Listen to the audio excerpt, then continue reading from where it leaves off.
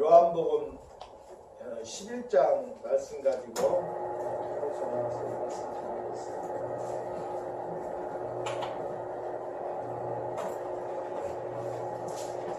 아유, 6주 만에 동석이하고 요한이 너무 건강한 모습을 보니까 너무 반갑습니다. 이따 영어가 얼마나 늘었나 한번 테스트 해볼까? 오늘 많이 못 오셨네요. 무슨 일이 있으신가? 정말 같이 기도하겠습니다. 오늘은 요한복음 11장 말씀인데 오늘 두 가지 관점으로 보겠습니다.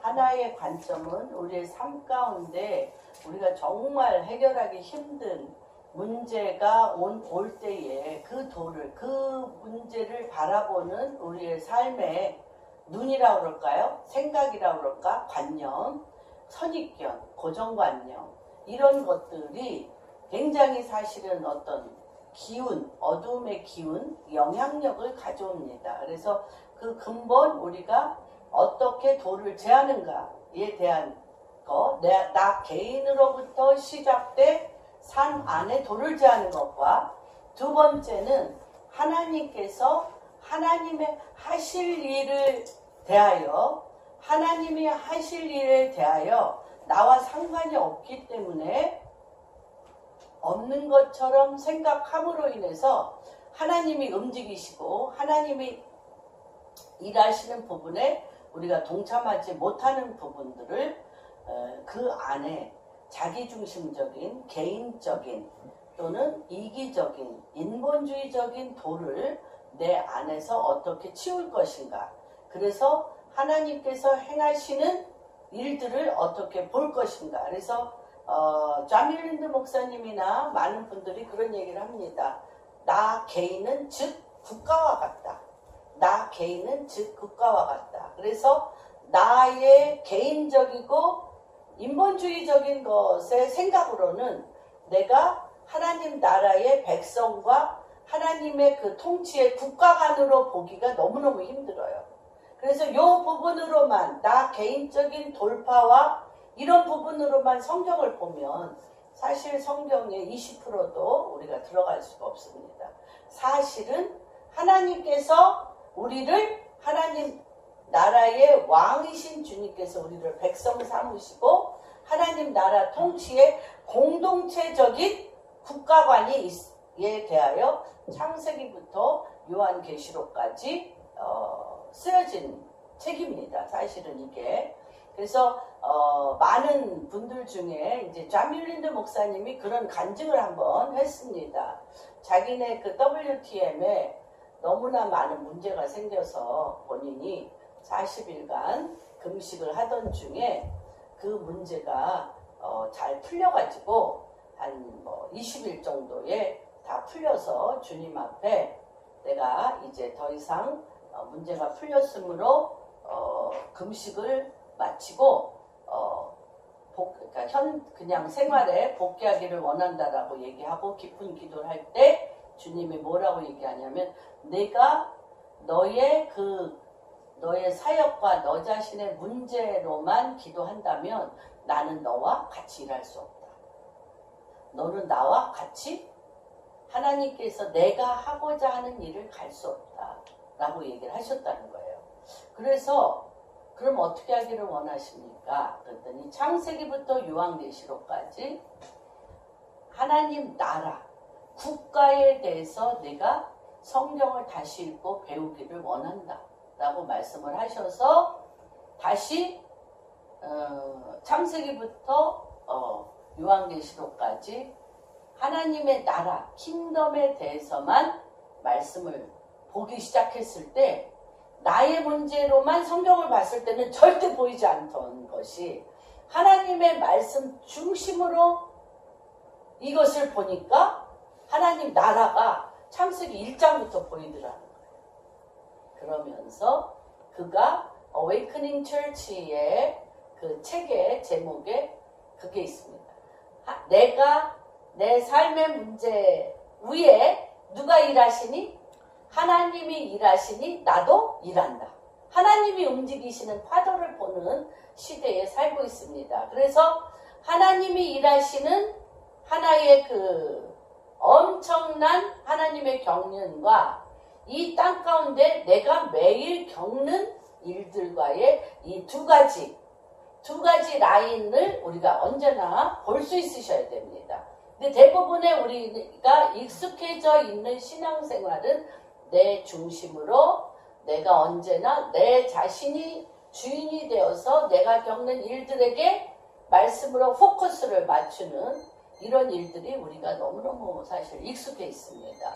그래서 이런 부분에 대해서 오늘 우리가 두 가지의 계보를 보지 않으면 우리가 언젠가는 계속 뭐라 그래야 돼요? 딜레마에 빠지고 늪에 빠지기 쉽다는 것을 우리가 알게 됩니다. 그래서 먼저 우리가 한번 보겠습니다. 요한복음 11장 교독하겠습니다.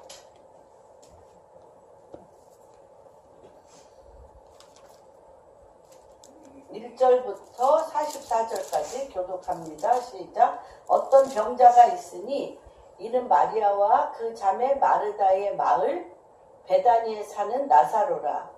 이 마리아는 항류를 주께 붓고 머리털로 주의 발을 닦던 자요, 병든 나사로는 그의 오라버니더라. 이에 그 누이들이 예수께 사람을 보내어 이르되 주여 보시옵소서, 사랑하시는 자가 병들었나이다 하니 예수께서 들으시고 이르시되 이 병은 죽을 병이 아니라 하나님의 영광을 위함이요 하나님의 아들이 이로 말미암아 영광을 받게 하려 함이라 하시더라. 예수께서 본래 마르다와 그 동생과 나사로를 사랑하시더니 나사로가 병들었다함을 들으시고 그 계시던 곳에 이틀을 더 요하시고 그 후에 제자들에게 이르시되 유대로 다시 가자 하시니 제자들이 말하되 라비여 방금도 유대인들이 돌로 치라 하였는데 또 그리로 가시려 하나이까. 예수께서 대답하시되 낮이 12시간이 아니냐? 사람이 낮에 다니면 이 세상의 빛을 보므로 실족하지 아니하고 밤에 다니면 빛이 그 사람 안에 없는 고로 실족하느니라. 이 말씀을 하신 후에 또 이르시되 우리 친구 나사로가 잠들었도다. 그러나 내가 깨우러 가노라. 제자들이 이르되 주여 잠들었으면 낫으시겠나이까 하더라. 예수는 그의 죽으심을 가리켜 말씀하신 것이나 그들은 잠들어 쉬는 것을 가리켜 말씀하신 것인 줄 생각하는지라.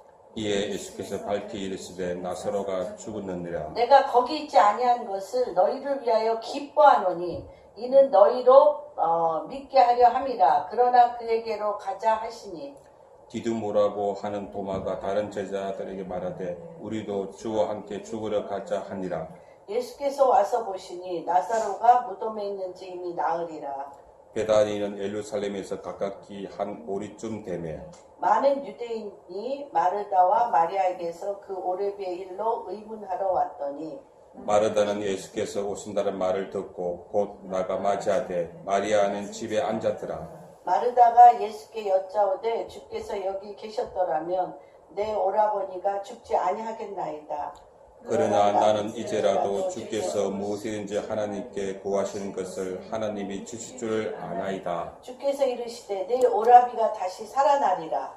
마르다가 이르되 마지막 날 부활 때에는 다시 살아날 줄은 내가 아나이다. 예수께서 이르시되 나는 부활이요 생명이니 나를 믿는 자는 죽어도 살겠고 무릇 살아서 나를 믿는 자는 영원히 죽지 아니하리니 이것을 내가 믿느냐. 이르되 주여 그러하외다. 주는 그리스도시요 세상에 오시는 하나님의 아들이신 줄 내가 믿나이다. 이 말을 하고 돌아가서 가만히 그 자매 마리아를 불러 말하되 선생님이 오셔서 너를 부르신다 하니 마리아가 이 말을 듣고 급히 일어나 예수께 나아가매 예수는 아직 마을로 들어오지 아니하시고 마르다가 맞이했던 곳에 그대로 계시더라.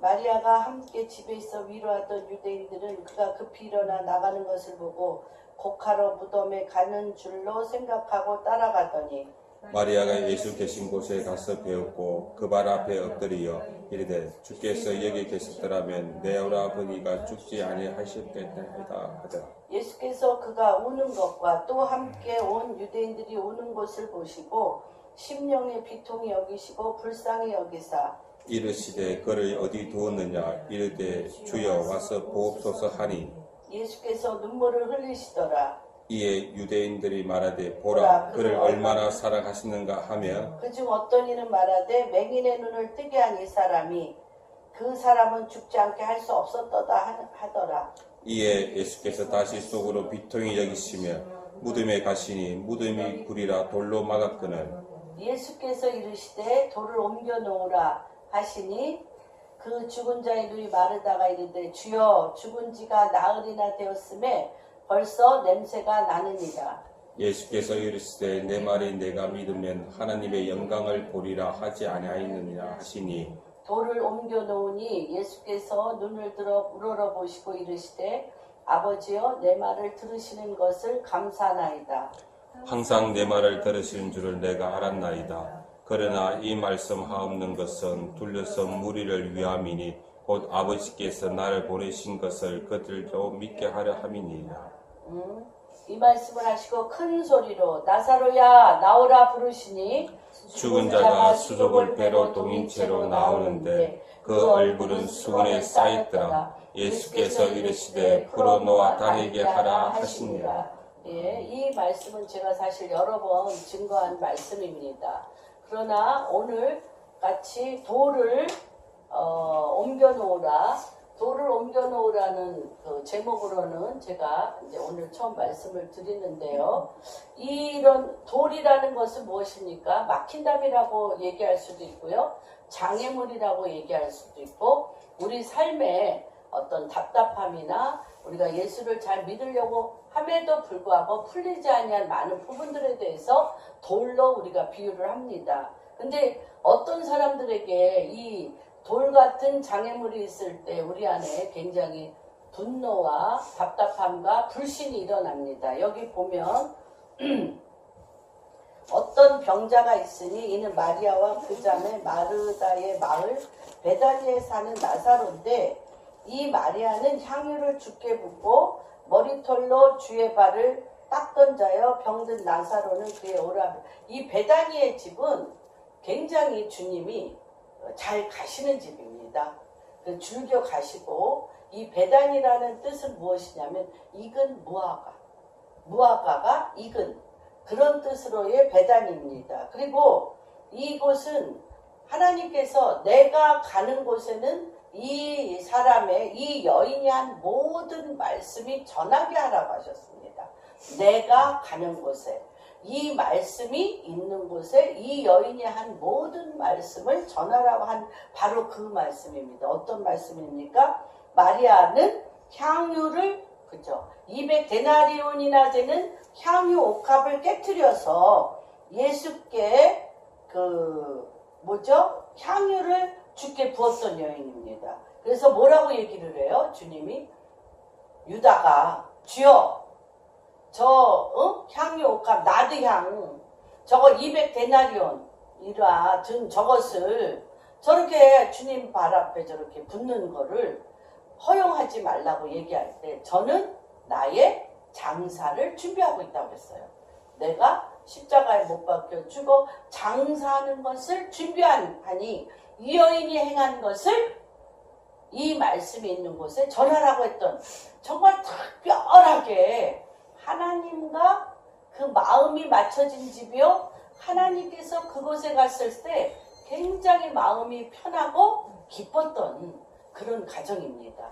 그래서 여기에서 뭐라고 얘기하냐면 이에 그 누이들이 예수께 사람을 보내 이르되 그냥 안 해.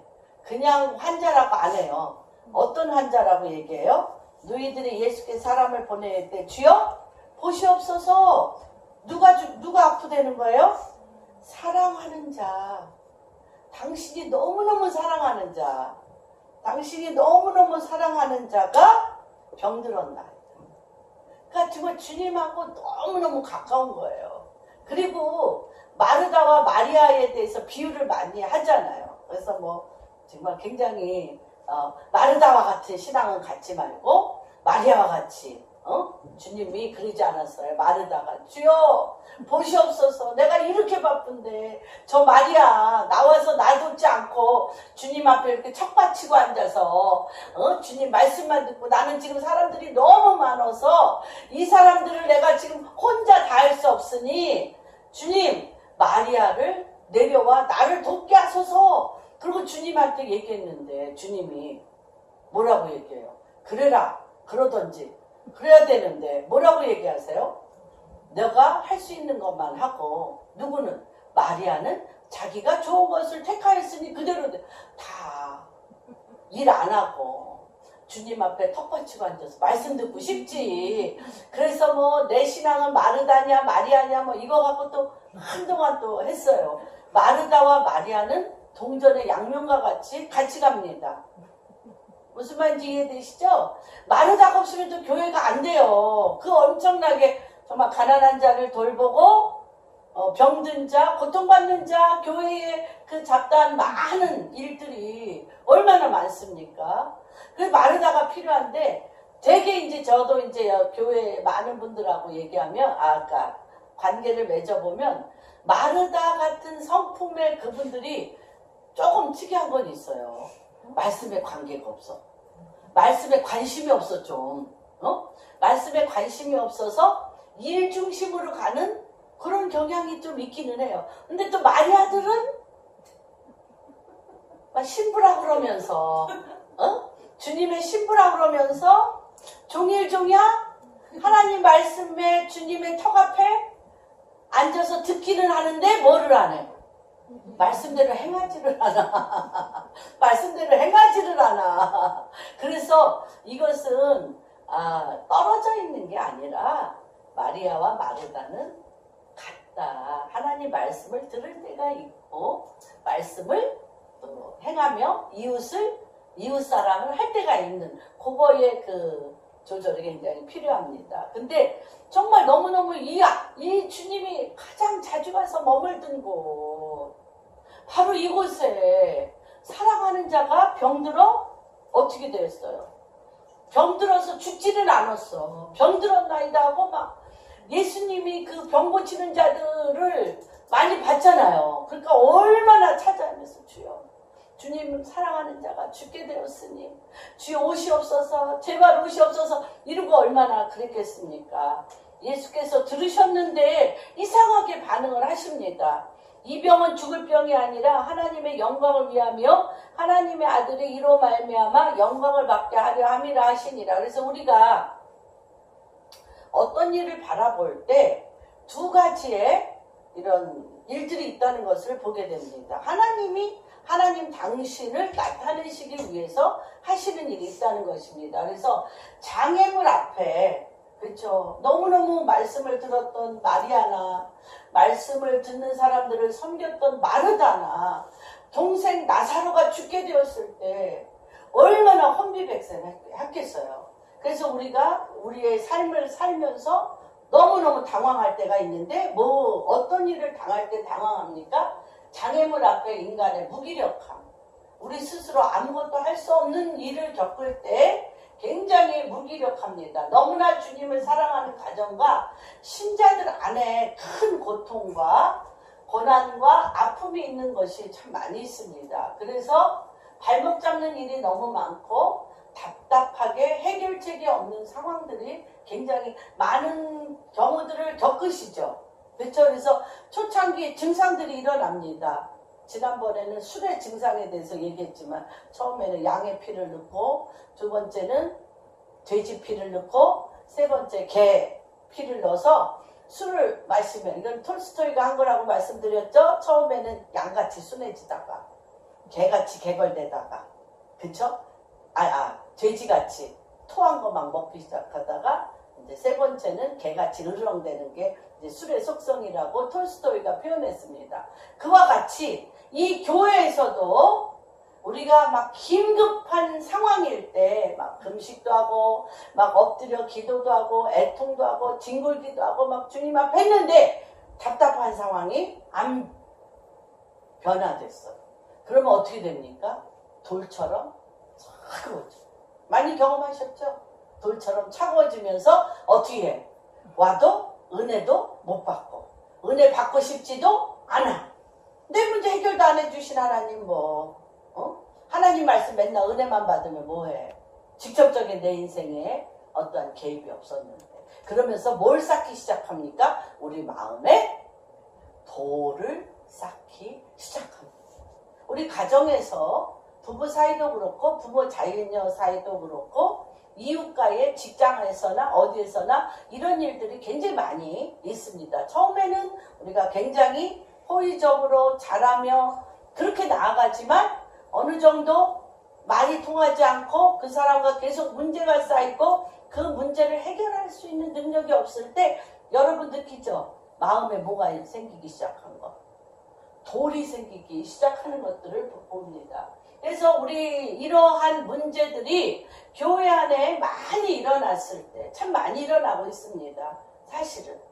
그래서 아프리카 교회도 그렇고 우리나라 초대 6.25 때 그렇죠. 그 6.25나 1907 평양 대붕이나 또는 6.25 때 말도 못하게 다 죽게 되었을 때 그때 그분이 그렇게 얘기를 한번 하는 걸 봤어요. 자기가 1960년대에 로렌 커닝햄이 한국에 오셨대. 자동차, 이 서울에 자동차는 거의 없고 이렇게 자전거 타고 다니면지만 교회는 몇 터졌대. 왜 그래요? 병든 자가 낫고 귀신이 쫓겨나고 이런 막 부흥의 물살이 이 기도원 운동을 통해서 엄청나게 일어났습니다. 그래서 맨 처음에 우리 한국 교회의 유형을 보면 선교적인 교회, 사명이 일어나고 성령의 역사가 강력하게 일어나는 그런 교회들이 있었습니다. 이런 것이 첫 번째 이렇게 시작했는데 두 번째 교회가 어떤 유형으로 가냐면 사역적인, 목회적인 교회로 교회가 바뀝니다. 다시 얘기하면 사역적인, 목회적인 교회는 마르다와 같이 뭘로 들어갑니까? 일중심이고 굉장히 조직적인 교회로 들어갑니다. 그러면서 이렇게 되면서 뭐가 없어져요? 교회 안에 현상 유지적 교회로 갑니다. 교회가. 우리가 모든 믿음의 교회가 이런 것은 모든 성도님들의 신자들의 믿음 상태가 현상 유지적인 그냥 종교적인 주일날만 와서 뭐하고 가요? 점찍고 때우고 가는 거죠. 현상 유지적인 교회는 다시 얘기하면 본질적인 하나님의 강력한 성령의 역사를 잃어버린 교회들로 지금 한국 교회를 보면 어느 단계인 것 같아요? 어느 단계일까요? 그리고 네 번째는 그러다 보면 잠자는 거죠. 그래서 잠길린드 목사님이나 지금 많은 주의종들이 와서 계속 하냐면 자고 있는 교회다. 한국에 박물관 같은 교회예요. 그래서 그쵸. 50년대 오살리 기도원을 통해서 성령의 강력한 역사가 일어났었습니다. 지금 어때요? 안 일어나는 박물관이죠. 어떤 옛날에 그랬었는데 지금은 그렇지 않은. 그래서 교회에서 뭐가 안 일어나?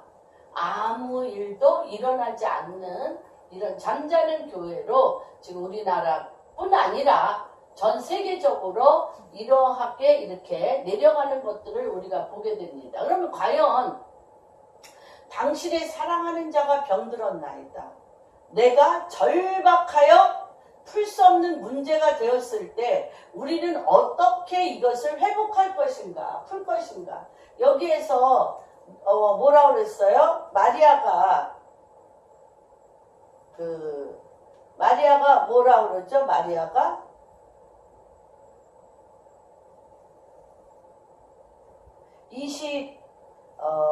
17절에 보면 11장 17절에 보면 나사로가 무덤에 있는지 이미 나흘이 됐어요. 그러니까 뭐라고 얘기해? 마르다와 마리아에게 그 오라비를 위문하러 왔는데 마르다가 예수께서 오신다는 말을 듣고 나가 맞아요. 마리아는 집에 앉고 마르다가 예수께 여짜오되 주여 여기 계셨더라면 내 오라버니가 죽지 아니하였겠나이까. 뭐죠? 주님 앞에 상한 마음을 가져가셔야 돼요. 사람한테 하는 것이 이것이 그래서 정말 다시 한번 우리 옛날에 오살리 기도원의 가장 중요한 메인 포인트가 뭐였을까요? 옛날 한국 기도원의 가장 중요한 메인 포인트. 그렇죠. 그렇죠. 병마 귀신, 조상 귀신, 가난 귀신. 이름을 아주 그냥 삼박자 축복. 가난 귀신, 그렇죠? 조상 귀신. 그 얘기 했죠? 저기 내가 말씀드렸는데 조은기 목사님이 간증하는 걸 들었어요. 온누리교회에서 간증하시는데 뭐라고 그러냐면 이제 너무너무 이제 어떤 가정 남편이 매일 밤 술 취해가지고 옛날에는 그런 게 많았어요. 이렇게 배설물, 그쵸? 똥을 이렇게 해. 이렇게 큰 웅덩이 같은 데다가 해고 그걸 썩혀서 밭에 뿌렸잖아. 인분을. 근데 이 사람이 술 취해가지고 맨날 거기 빠지는 거야. 거기 빠져가지고 온 식구가 그 사람을 끌어내고 그리고 이제 조은기 목사님이 신방하러 갔더니 이 조그만 방에 요만한 이불 하나 갖고 6명이 그 이불 하나 갖고 다리만 집어넣고 자는 거야. 이제 그랬던 그게 별로 멀지 않았어요. 멀지 않았는데 그랬으니까 이제 당신은 이 모든 남편 알코올 중독도 해결되고 당신 아들들은 다 좋은 대학에 갈 거고 당신은 예수만 믿으면 모든 가난 귀신, 병마 귀신, 조상 귀신 떠납니다 하고 조은기 목사님이 가서 이제 전도했을 거 아니야. 그랬더니 이 여자분이 너무너무 지긋지긋해가지고 사는 게 지긋지긋해서 교회 왔는데 조은기 목사님의 교회가 어떤 교회? 천막에 다 찢어진 천막에 사과개짝 앞에 사과개짝 하나 넣고 설교하시는 거예요. 그러니까 이분이 사과개짝을 발로 탁치면서 당신이나 잘 믿으라고 그러고 갔다는 거 아니야. 그렇다고 조용기 목사님이 참 정말 난감했다고 설교는 하는데 교회는 사과개짝 앞에다 성경책 놓고 하니까 근데 그 남편이 장로가 되고 아들 셋이 다 목사가 됐다는 거죠. 그러면서 그게 어떤 뭔지 모르네 강력한 이런 성령의 역사가 일어났는데 강력한 성령의 역사가 일어난 가장 중요한 것은 뭐냐면 몸부림치면서 상한 심령을 갖고 눈물 없이는 기도하지 못하는 애통함이 있었다는 거예요. 이거 회복해야 돼. 상한 심령을 갖고 밤이 맞도록 기도하는 이 첫사랑들이 회복이 되셔야 됩니다. 무슨 말인지 되고 안 되고가 문제가 아니라 어떤 분이 그렇게 두 분 다 어떤 병실에서 두 분 다 그 암 환자예요. 암 환자인데 둘이 이제 2인실에 있는데 그 한쪽에 있는 암 환자가 이런 얘기를 하더라는 거예요. 이 암 환자는 저기가 많아. 이제 교회 다니시고 이분은 불교 신자야. 그런데 이분한테 성도님들이 계속 오는 거죠. 와서 기도하는데 이분은 계속 물 쏟듯이 하나님 이 암을 고쳐주시옵소서. 하나님 정말 내가 주님의 말씀대로 살지 못했던 걸 회개합니다 하면서 계속 하나님 앞에 이 암을 걸린 것과 자기의 이런 엄청난 고통을 계속 토설하는 거야. 주님이 말씀에 그랬잖아. 너는 내 마음에 상한 거잖아. 상한 거. 상한 마음. 상한 음식과 같고 상한 몸과 같이. 상한 음식과 상한 몸과 같이 내 마음에 있는 것을 상한 것을 다 토해내라.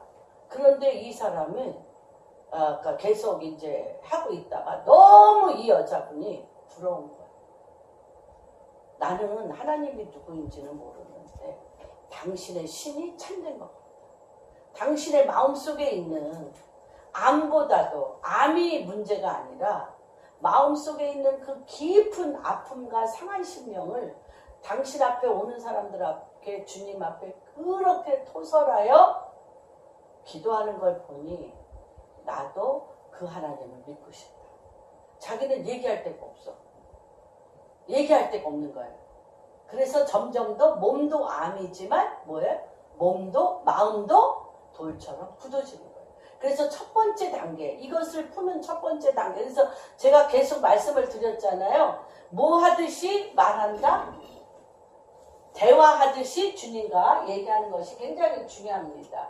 그리고 문제를 갖고 주님께 가져가고요. 그 다음에 두 번째는 여기서 뭐라 그래 주님이? 이 부분에 대해서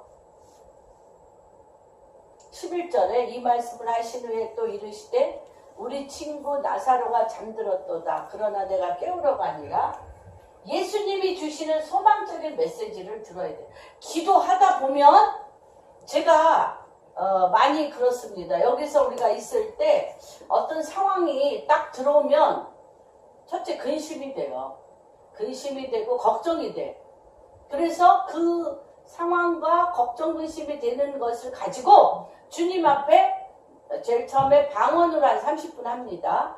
방언으로 30분 하면서 그 상황을 주님 앞에 올려드려. 상황을 주님 앞에 올려드리면서 주님하고 대화하기 시작합니다. 대화하기 시작하면 대부분 여러분들이 하나님의 히스토리, 말씀이 이 마음에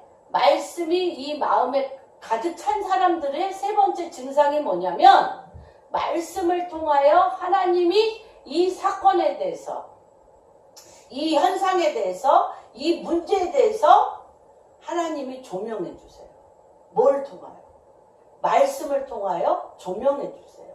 그래서 내가 근심하고 걱정했던 것 갖고는 전혀 다른 하나님의 메시지를 듣게 됩니다. 그러면서 어떤 마음이 드냐면 내 마음에 걱정, 근심이 안개가 쉬 사라진 같이 싹 없어져.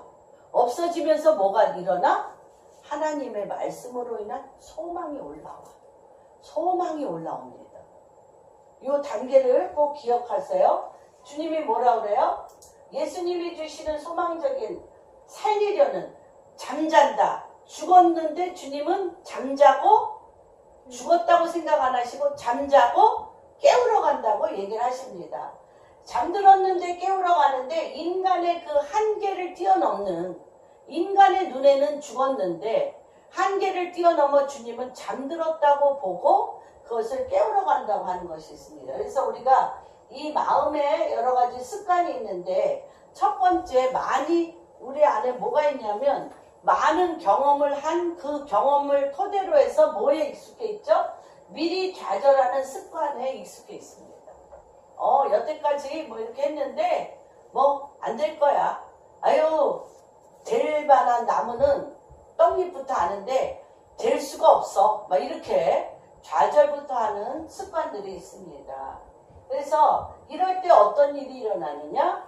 기쁨의 순간을 놓칩니다. 그래서 그러니까 부정적이고 좌절하는 습관이 몸에 밴 사람은요, 부정적이고 낭망하고 좌절하는 습관이 몸에 밴 사람들 안에 하나님 말씀과 성령의 강력한 역사에 잠자고 있던지 그 타이밍을 놓쳐서 술 취하고 있든지 그걸 탁 놓치는 일들이 일어납니다. 그래서 적용을 어떻게 하냐? 적용점을 보면 주님을 향한 신앙 고백 뭐라고 얘기해요? 여기에서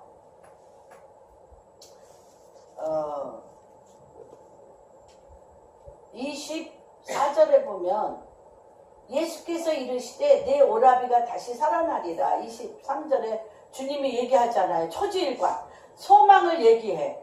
그런데 이 마르다가 습관을 따라 대답합니다. 마르다가 이르되 마지막 날 부활 때에는 다시 살아날 줄. 뭐라는 거예요? 신앙 고백을 하는 거예요. 주님 맞아요. 주님 부활 때는 다시 살아나겠죠. 이러는 거예요. 그렇죠? 그런데 예수께서 나는 부활이요 생명이니 지금 현재 어떻다는 거예요? 나를 믿는 자는 죽어도 살겠고 무릇 살아서 나를 믿는 자는 영원히 죽지 아니하리라. 내가 이것을 내가 믿느냐? 그랬더니 뭐라고 또 얘기해? 이르되 주여 그러하여도 믿는다고 얘기해요. 주는 그리스도이시요 세상에 오시는 하나님의 아들이신 줄 내가 믿나이다. 그래. 믿나이다. 그래. 내가 부활이요 생명이니 나를 믿는 자는 뭐 해도 살겠고 죽어도 영원히 사는다고 그랬는데 마리아가 뭐라고 얘기해? 여러분도 그렇게 지금 이중구조를 갖고 많이 하죠? 주여 주님은 그리스도이시고 내가 믿나이다 이렇게 얘기한단 말이에요. 그런데 주님이 뭐라고 얘기해? 뭐라고 얘기하셔요? 믿는다라고 얘기하는데 34절에 보면 이르시되 그를 어디에 두었느냐 이르시되 주여 와서 보옵소서. 38절에 예수께서 이르시되 돌을 옮겨 놓으라. 그러면 아까 뭐라고 그랬어요? 주님이 분명히 얘기했잖아. 소망의 메시지. 나는 부활이요 생명이니 나를 믿는 자는 뭐해도 죽어도 살겠고 살아서 믿는 자는 영원히 산다고 분명히 말씀하셨어. 그리고 그를 어디에 두었느냐 했더니 이제 무덤으로 그를 데려다 놓으셨어요. 데려다 놓으셨어. 그런데 돌을 옮겨 놓으라. 같이 한번 합시다. 돌을 옮겨 놓으라. 돌을 옮겨 놓으라 하니까 마르다가 뭐라고 얘기를 해요? 같이 한번 읽읍니다. 시작. 죽은 지가 네. 돌을 무엇을 지금 제하지 못하고 있는 거예요? 뭐를 제하지 못하고 있어요? 돌을 제했어요? 못 제했어요? 못 제했어요. 여러분이 제가 왜 이런 얘기를 하냐면 저는 이런 케이스를 정말 99% 보았습니다. 신앙 고백 딱 해요. 주님 그리스도시 하나님의 아들이시. 나는 부활이요 생명이니 죽어도 살겠고 살아도 영원히 살리라고 하는데 그러면 내가 만난 문제, 내가 겪는 무덤같이 어두운 상황, 무덤같이 어두운 상황에 섰을 때 주님께서 돌을 옮겨 놓으라. 돌을 옮겨 놓으라 할 때 내 마음속 깊은 곳에 냄새가 죽은 지 오래며 냄새가 나서 이 문제에 대해서 결단코 해결되지 않으리라고 믿는 믿음이 있단 말이에요. 어떻게 할 거야? 이거. 주님이 지금 요거 얘기하자는 거예요, 지금. 요거 얘기하자는 거예요, 지금. 근데 이거의 근거가 어디에 있어요? 이거의 근거가? 응? 여태까지 살면서의 경험과 체험에 있잖아. 그러면 하나님께서 그 경험과 체험을 뛰어넘어 무엇을 지금 보여주시려고 그러시는 거예요? 하나님의 신적인 개입. 하나님의 신적인 개입을 하시려고 그래요. 하나님의 신적인 개입이 이때 일어나는데 하나님의 신적인 개입이 일어나는 이때에 주님이 돌을 못 제하겠어요? 주님이. 죽은 자도 일으키는데 돌을 못 제하겠냐고. 주님이. 그런데 주님이 뭐라고 그래? 누구 손으로 돌을 제하라고 그래? 내 손으로 그 불신의 돌을 제하라. 믿지 못하는 그 낭만과 절망의 돌을 제하라는 거예요. 제하라. 그래서 인간의 생각에 가두어진 믿음의 현실, 마음으로 이미 선입견과 그 고정관념으로 결정한 거, 주는 그리스도시요 하나님의 아들입니다라고 고백을 했지만 돌을 옮기라 할 때는 이미 죽어 썩은 냄새가 난다고 내가 지금 겪고 있는 삶의 현장에서 믿음의 능력이 뭐하지 않는다. 작동하지 않습니다. 이런 상황에서 믿음의 능력이 작동하지 않습니다. 여러분. 그래서 돌을 옮겨 놓으라. 송장 썩는 것에 뭐예요? 신적 능력이 지금 그 죽은 거에 사람의 힘과 능으로 못해. 사람의 힘과 능으로 할 수 없는 송장이 썩는 그곳에 뭐 하시겠다는 거예요? 하나님이. 하나님의 빛을 임하게 하시겠다는 거예요.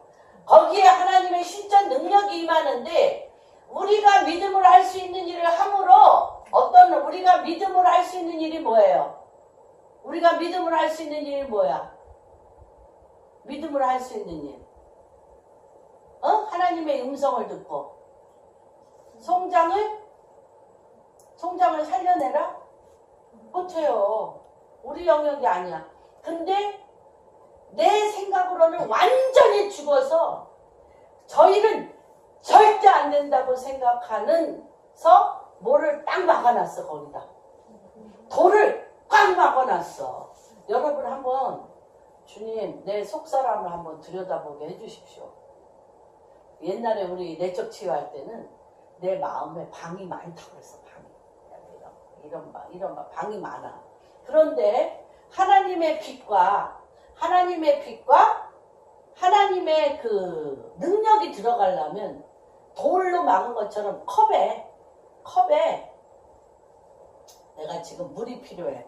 그런데 돌로 막았다는 것은 컵 뚜껑을 닫아놨어. 닫고 뭐해? 주여 비를 내려주시옵소서.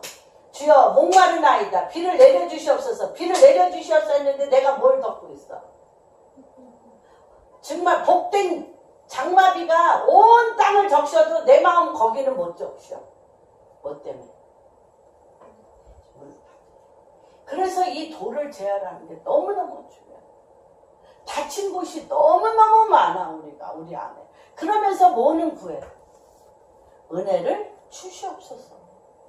그래서 하나님께서 뭐부터 오늘 말씀을 하냐? 돌을 옮겨 놓으라. 돌을 제하라는 것입니다. 그래서 그러면서 이 돌을 제하는 것을 근거는 뭘까요? 돌을 제할 수 있는 유일한 근거. 주님 그때 된다고 그래서 했는데 안 됐잖아. 된다고 그래서 했는데 안 됐잖아. 어떻게 할 거예요? 우리 한번 베드로가 뭐라 그래요? 밤이 맞도록 갈릴리 바다에서 그물질을 하였으나 뭐 했어요? 잡지 못하였으나 뭐 한다는 거예요? 뭐에 의지해서? 하나님 말씀에 의지하여 돌을 제하는 거예요. 말씀에 의지하여 돌을 제하는 트레이닝을 여러분이 하셔요. 경험과 체험이 아니에요. 경험과 체험이 100번, 1000번, 10,000번이라 할지라도 오늘 말씀에 의지하여 돌을 제하는 자, 그 자가 어떤 일을 겪냐?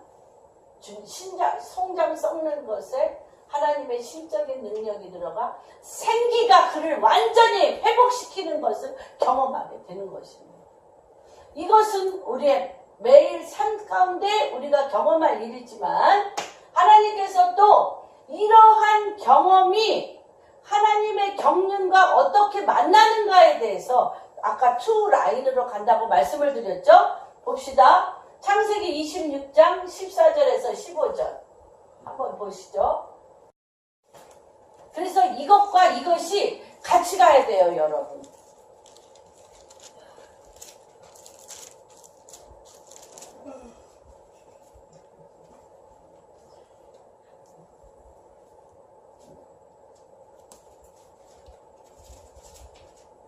음, 26장 14절 말고요. 16절 한번 읽어주세요. 15절 한번 읽어주세요. 15절에서 18절 시작. 그 아버지 아브라함 때에 그 아버지의 종들이 판 모든 우물을 막고 흙으로 메었더라. 아비멜렉이 이삭에게 이르되 내가 우리보다 크게 강성한즉 우리를 떠나라.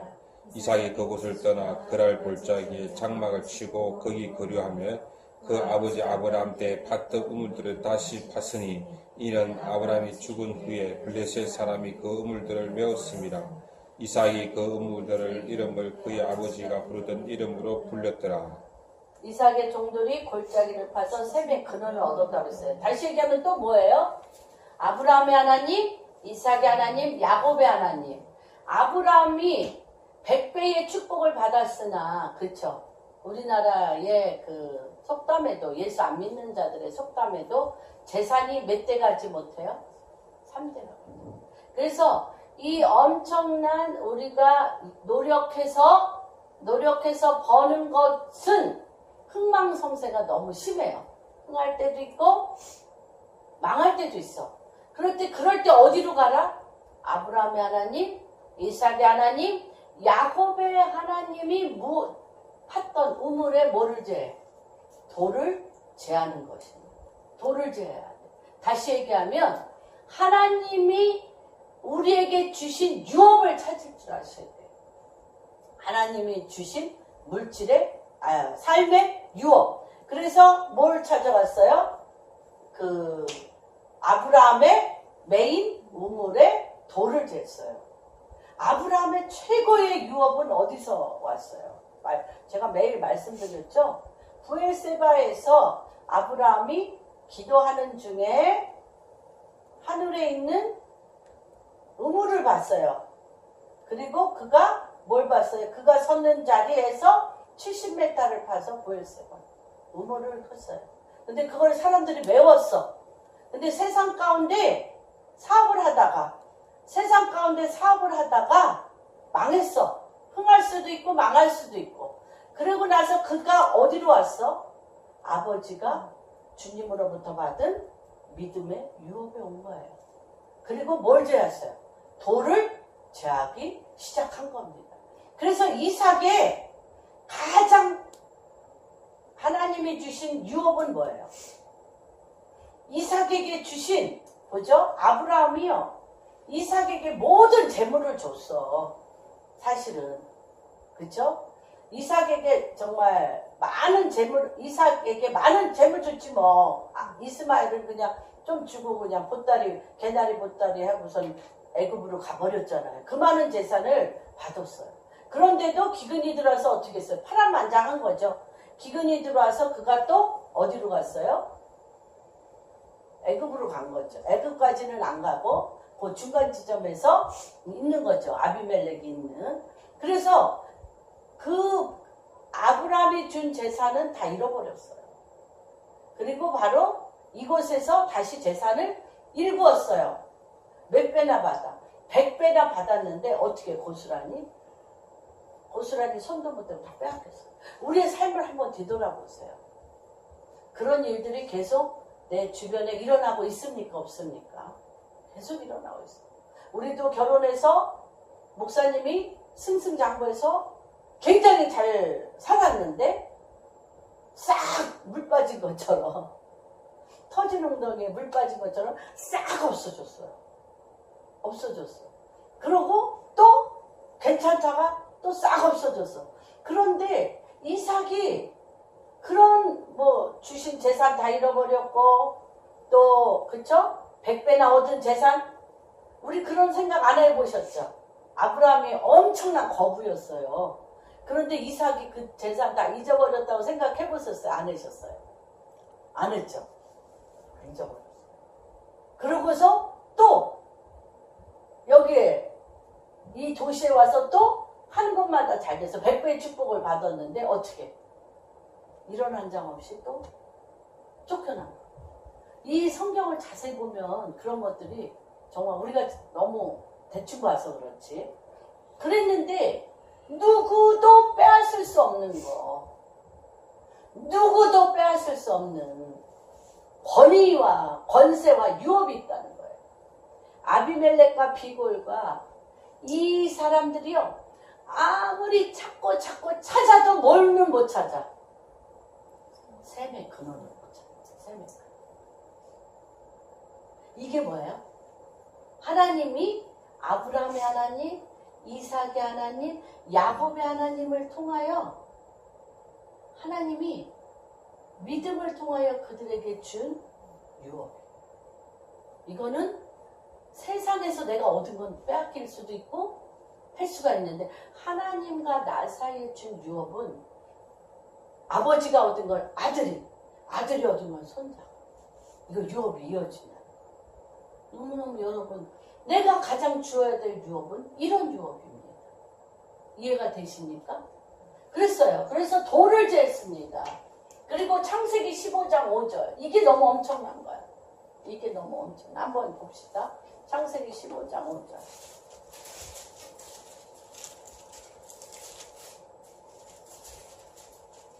뭐라 그랬어요?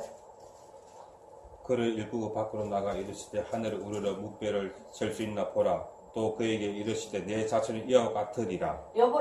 여러분 여기 지금 이거나 그쵸? 나사로가 죽은 거나 향년 70세에 아들을 준다고 그래서 나왔어요. 하나님 정말 너무하신 거 아니야? 좀 하나라도 줘야지. 안 주고서 안 주고서 저기 누구야? 자기 종 응? 엘리에셀 응? 하나님 내게 씨를 주지 13절에 보면 내게 씨를 주지 아니하셨으니 내 집에서 길리온 자가 내 상속자가 되리이다. 엘리에셀 하나님이 씨를 준다고 그랬는데 본토 친척 아비집을 떠나 내가 너에게 지시할 땅으로 가고 70세에 씨를 준다고 그랬는데 여러분 정말 오늘 우리 가운데 이 믿음이 오늘 어저께 이 말씀을 준비하면서요 너무 하나님이 가지고 있는 믿음을 우리에게 이식시킨다. 하나님이 가진 믿음을 우리에게 이식시켜. 하나님이 아브라함에게 갖기를 아브라함의 데스티니를 통하여 하나님이 아브라함에게 주실 씨와 본토 친척 아비집을 떠나 내가 너에게 지시할 땅으로 올 그 땅과 그를 통하여 다윗이 나게 하여 내 마음에 합한 하나님의 킹덤을 내릴 이것이 그 눈에 아무 증거 안 보이고 징조도 없는데 아브라함과 하나님이 영과 영과 눈과 눈이 만났어. 그래서 아들이 내가 지금 내 속으로 난 아들도 없는데 끌고 나가서 하늘의 별을 봐라. 이들이 다 내 자손이야. 했는데 아브라함이 이걸 믿었다는 거예요. 하나님의 믿음을 그 믿는 믿음 하나님이 이 아브라함을 통하여 이루시기로 결정한 그 믿음을 내 상황에 70이 넘어 아무것도 아들도 없고 땅도 없는데 믿었다는 거예요. 그거를 뭘로 여겼다? 주님이 하나님과의 언약 안에서 의로 여겼다는 거예요. 의로 여겼다는 거예요. 하나님이 아브라함에게 가진 그 믿음을 내 상황에 아무것도 없는데 내가 존재적으로 그걸 할 수도 없는데 하나님 당신이 가진 그 믿음을 내가 믿었다는 거예요. 그게 의라는 거예요. 여러분. 내가 그 믿음을 의로 여기고 그 믿음 위에 다윗을 낳게 하고 다윗을 통하여 이스라엘을 낳게 했다. 이스라엘. 이게 지금 하나님이 우리에 대한 믿음의 깊이까지 들어가 있어요. 내가 하나님의 말씀을 믿는 믿음 위에 하나님이 우리를 이 땅에 보내신, 대한민국을 이 땅에 보내신 하나님의 믿음 위에 들어가셔야 돼요. 그게 뭐예요? 의라는 거예요. 하나님이 우리를 계속 반복합니다. 이게 쉬운 내용이 아니기 때문에. 그러나 이 믿음이 터져야 돼요. 이 믿음이 터지셔야 돼요. 이 믿음이 터져야 이스라엘을 보게 되고 이 믿음이 터져야 주님이 다윗이 모든 왕들이 하나님 앞에 지나가는데 모든 왕들이 하나님 앞에 지나가는데 하나님의 그 왕의 기준이 뭐예요? 너는 내 종 다윗과 같지 않냐. 너는 내 종 다윗과 같지 않냐. 너는 내 종 다윗과 같지 않냐. 다윗 안에 아브라함과 다윗의 세계라. 마태복음 1장에 보면 그렇죠? 아브라함과 다윗의 족보가 나오잖아요. 아브라함과 다윗의 족보인데 아브라함은 뭐예요? 하나님이 아브라함의 내 씨가 하늘의 별과 같이 많으리라 라고 한 믿음으로 하나님이 아브라함에게 가졌던 그 믿음을 믿는 믿음으로 하늘의 별과 같은 믿음의 내 자손들을 주님의 언약 가운데 봤다는 거예요. 내 소산한 것.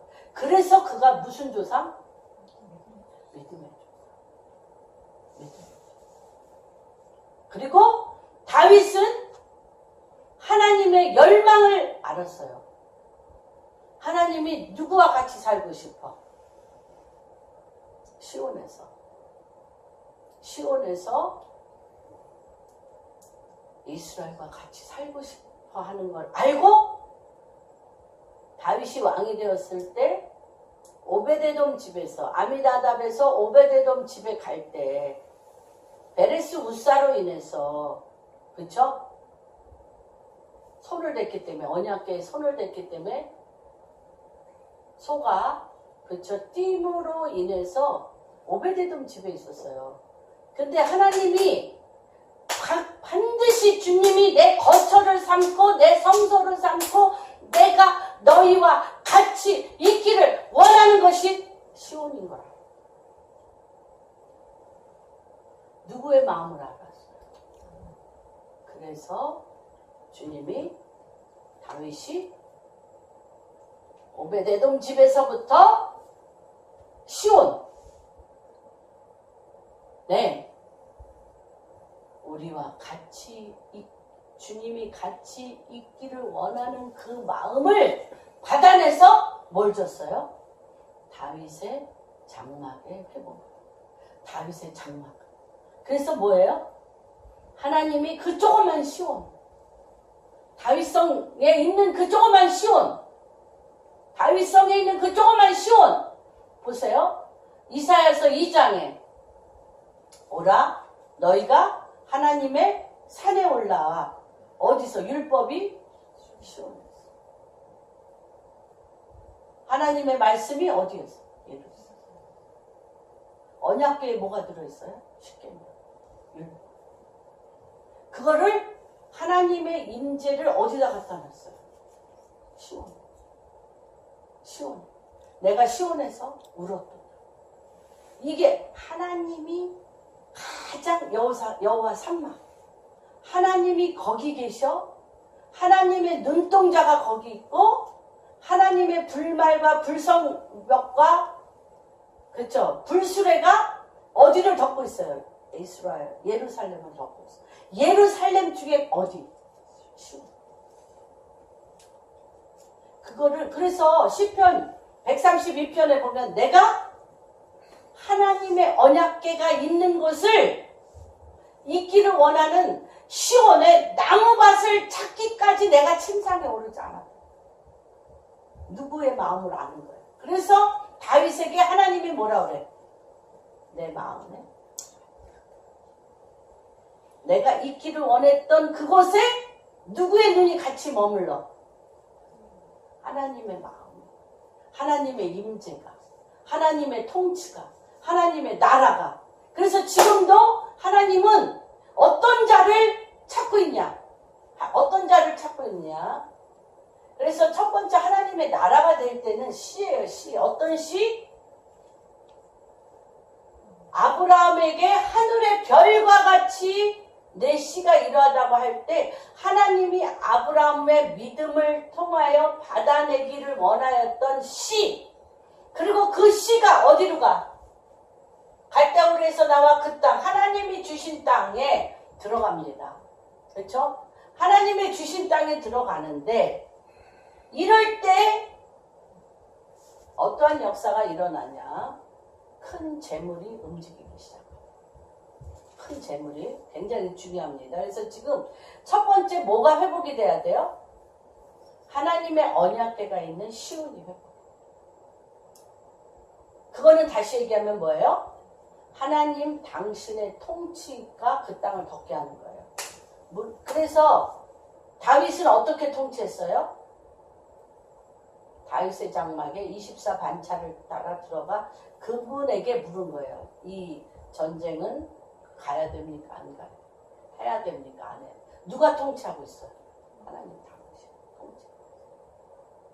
그런데 그 외의 왕들은 아예 그것이 없는 거예요. 주님이 그 땅에 오셔서 통치하심이 합당하다고 여호와께서 시온에서 통치하시는 것이 합당하다는 다윗 입에서 들렸던 그 소리가 어디에서 나오기를? 여러분 한 분 한 분에게 나오기를 주님이 지금 부르고 계십니다. 그리고 그들에게 하나님이 큰 씨를 주시고 믿음의 씨들을 주시고 세 번째 큰 불을 주시는데 큰 재물을 15장 14절 한번 읽어볼까요? 그들이 섬기는 나라는 내가 증거할지며 그 후에는 내 자손이 큰 재물을 이끌고 나오리라. 네, 큰 재물을 이끌고 나옵니다. 이끌고 나오는데 큰 재물에 보고 누가 이끌어요? 요셉이 이끌어요. 요셉이 장자예요. 장자. 그래서 에브라임과 므낫세를 낳지 않습니까? 그래서 건국 이래 지금 70년. 너무 중요하죠. 안 가려고 그러다가 할 수 없이 지금 제가 목에 이렇게 끌려서 가는데 다음 주 금요일 예, 갑니다. 컨버케이션에. 근데 왜 가냐면 이게 지금 건국 70. 그래서 우리가 다니엘서 9장에 보면 두 가지의 영역이 있습니다. 하나는 뭐냐면 70년 예레미야, 이거 너무 깊은 내용인데 시간이 없네. 에레미야 25장에 너희가 70년이 되면 바벨론에서 포로로 나오리니 그것은 그때 끝났어요. 그런데 그 다음에 70년과 함께 준 것이 뭐냐면 71회입니다. 71회인데 그 71회는 예수 그리스도의 초림에 69일회가 다 됐어요. 예수 그리스도의 초림이 69일회예요. 그러면 한 일회가 남았는데 이 한 일회를 이루는 데 있어서 몇 년이 걸렸어? 2000년이 걸려요. 그래서 2000년을 무슨 시대라고 그래? 교회 시대라고 그래. 2000년. 예수 그리스도로 인한 교회 시대인데 지금 다시 한번 교회 시대와 함께 교회는 어디에? 하나님 예수 그리스도를 구주로 영접함으로 말미암아 구원을 받아 하늘에 가지만 내 영혼은 하나님이 구원받은 사람들과 함께 어디에 내려오셔서? 시온에 오셔서 하나님 나라의 킹덤을 세우시는 통치, 그것이 이 한 일의 안에 일어나고 있는데 그것을 1948년 이스라엘과 대한민국이 같이 일어났습니다. 이해가 되십니까? 그래서 이 하나님이 이 이스라엘의 건국 1948년 건국과 이 대한민국의 건국 1948년에 이것과 대한민국과 하나님이 같이 회복시킵니다. 그래서 이 시온이라는 이 통치의 가버먼트 시온이라는 하나님 통치의 핵에 동과 서에 막힌 담은 어디를 통해서 뚫으셨어요? 독일을 통해서 뚫었어요. 동베를린 가서. 그러면 이 시온이라는 그 주변에 많은 나라들이 얽혀있죠. 지금도 대한민국의 문제예요. 남북한의 문제가 지금 많은 강대국이 지금 붙들고 있는 문제잖아요. 그래서 지금 이 시온이라는 하나님의 엄청난 통치와 가버먼트가 지금 움직이는데 남한과 북한의 시온의 남과 북의 문제는 지금 어떤 것이 풀릴 때 길이 납니까? 대한민국 문제가 풀릴 길이. 그거를 네타냐후가 알았기 때문에 한국을 방문한다고 그랬는데 한국이 거절했어요.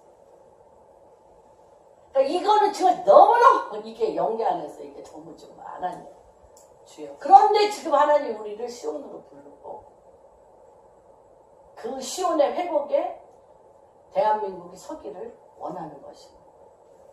그래서 하나님 나라의 완성에 대한 이 믿음, 다시 얘기하면 아까 얘기한 것처럼 다윗이 하늘에서 이루어진 하나님의 통치의 구조를 그대로 주님의 마음에 합하여 다윗의 장막을 가졌어요. 그런데 올해가 어떤 해냐? 아모스 9장 11절.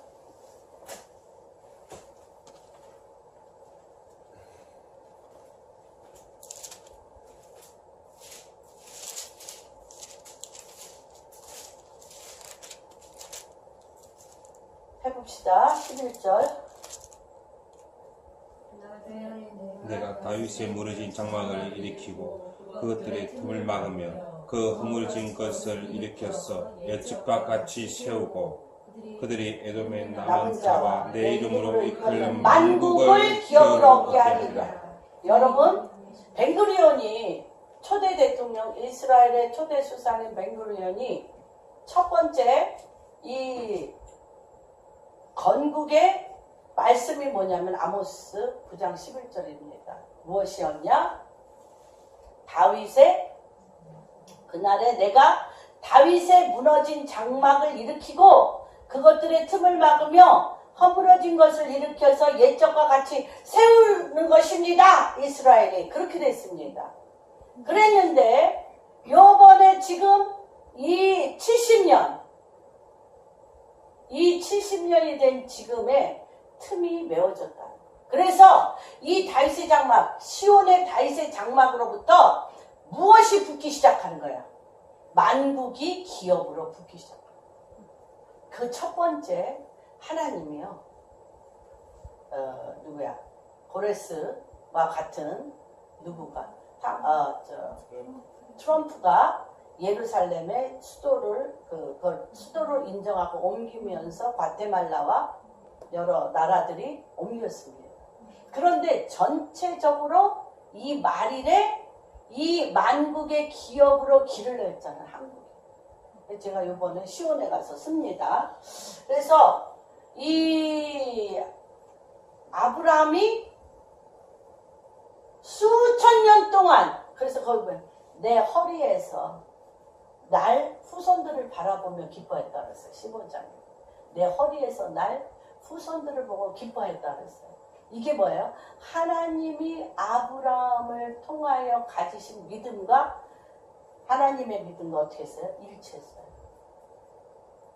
이 믿음의 축복이 정말 우리 방주교회 성도님들 안에 이 눈이 뜨여지기를 기도합니다. 그래서 지금 이 두 번째 시즌, 건국 이래 70년 이 두 번째 시즌에 하나님 나라가 시온에서 하나님 당신의 킹덤을 이루십시오. 누가 했던 것처럼 다윗이 했던 거. 그게 무너진 다윗의 장막의 회복. 그래서 여기서부터 뭐가 앞으로 나와? 하나님 킹덤의 통치가 풀어질 거예요. 이거 정말 굉장히 귀한 신비한 계시가 많이 있는데 제가 다음에 또 갔다 와서 말씀을 드리도록 하겠습니다. 그래서 이럴 때 지금 하나님의 부의 이동은 무엇이냐? 요셉은 돈을 버는 것이 아니라 하나님의 킹덤의 구조를 가지고 권위를 받았다는 거예요. 권위를 가지고 가버먼트, 하나님 하늘에서 이루어진 하나님 정부의 가버먼트의 권세를 가지고 주님이 보내신 자로서 그가 어디에 있든 애굽에 있든 애굽을 하나님의 킹덤으로 다져. 지금부터 부의 이동은 이런 부의 이동. 어디서부터 나와? 그 부의 이동의 그 권세가 시온에서. 그래서 이 요셉을 어떻게 하나님이 훈련시키셨냐? 119편, 시편 105편 15절 이 말씀을 하면서 말씀을 마치겠습니다. 그래서 이것과 이것이 너무너무 다른 내용이죠? 이것과 이것이 너무 다른 내용이죠? 하나입니다. 하나입니다, 여러분. 여러분 삶에 도를 제하는 일이 무엇을 통해서? 말씀을 통하여 돌지 않은 일이 내 몸에 육신이 되면 여기로 주님이 끌고 가시죠. 그래서 이것과 이것이 다른 게 아니에요. 어느 날 일도 못 갑니다. 갑자기 못 갑니다. 뭐 해야 가? 이쪽을 에브리데이 훈련하셔야 이쪽으로 갑니다. 그래서 한번 누가 읽어주세요. 105편 17절. 곧 여호와의 말씀이 응할 때까지라 그의 말씀이 그를 단련하였도다. 뭘로 단련해? 예. 말씀. 네. 천하의 최고 불행한 사람이 요셉 아니에요? 천하의 최고 불행한 사람이 요셉이잖아. 형들한테 쫓겨서.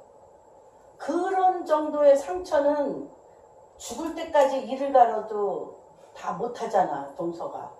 그렇잖아. 어?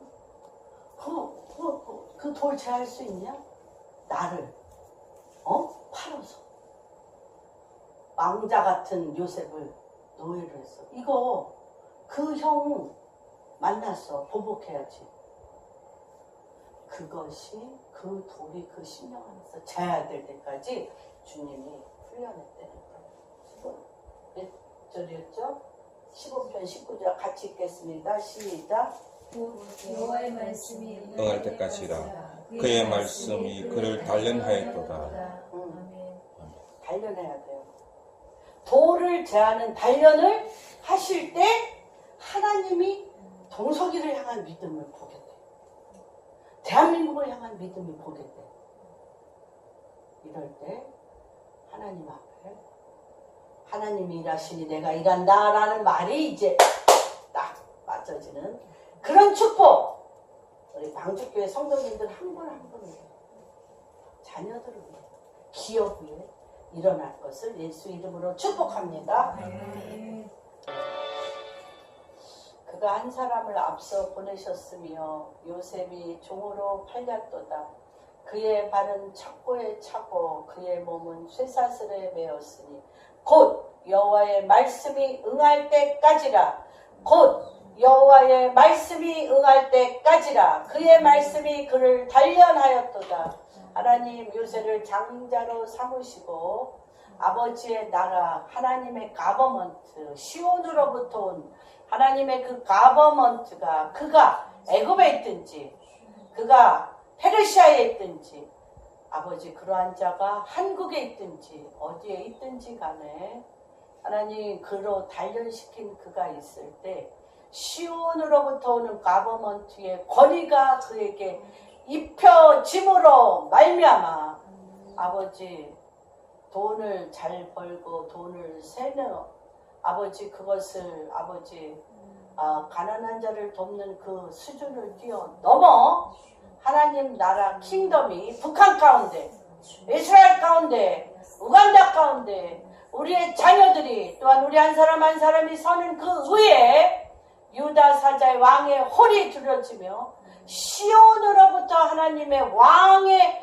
통치와 하나님의 임재와 하나님의 다스림이 부어지는 5779년 아버지 이 놀라운 이때에 하나님 대한민국이 함께 이스라엘과 서게 하여 주옵시며 아버지 이러한 동서를 독일을 통하여 그 길을 여셨던 것처럼 남북을 한국을 통하여 시온의 길이 열어지는 놀라운 시작을 하여 주시옵소서. 이 일에 대하여 우리 사랑하는 방주교회 성도님들 일당 천 일당 만이 되어서 아브라함에게 다윗에게 그를 이 땅에 보내신 하나님의 온전한 뜻과 계획과 말씀의 단련이 하나가 되어지는 축복이 임하게 하여 주시옵소서.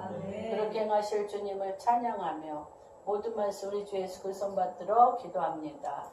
아멘.